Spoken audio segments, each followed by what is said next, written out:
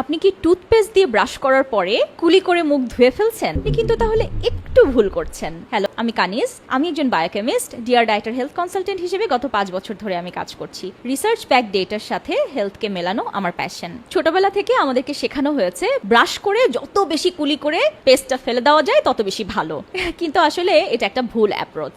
আমাদের টুথপেস্টে ফ্লোরাইড নামে একটা উপাদান থাকে, যেটার কাজ হচ্ছে আমাদের এনামেল ক্ষয়কে রোধ করা এবং আমাদের দাঁতের এনামেলকে একটু শক্তিশালী করা।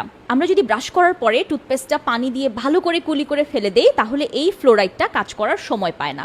আইডিয়াল রেকমেন্ডেড প্র্যাকটিস হচ্ছে ব্রাশ করার পরে আপনি পেস্টটাকে স্পিড করে শুধুমাত্র ফেলে দেবেন, কিন্তু পানি দিয়ে আর মুখ ধুবেন না। এতে করে ফ্লোরাইডের একটা পাতলা স্তর আপনার দাঁতে কাজ করার সময় পাবে। এমনকি ব্রাশ শেষ করার পরে পরবর্তী 30 মিনিট আপনি পানিও খাবেন না। আপনার কাছে হয়তো এই প্র্যাকটিসটা একটু নতুন লাগতে পারে, কারণ আমাদের দেশে আমরা এটা করে অভ্যস্ত না।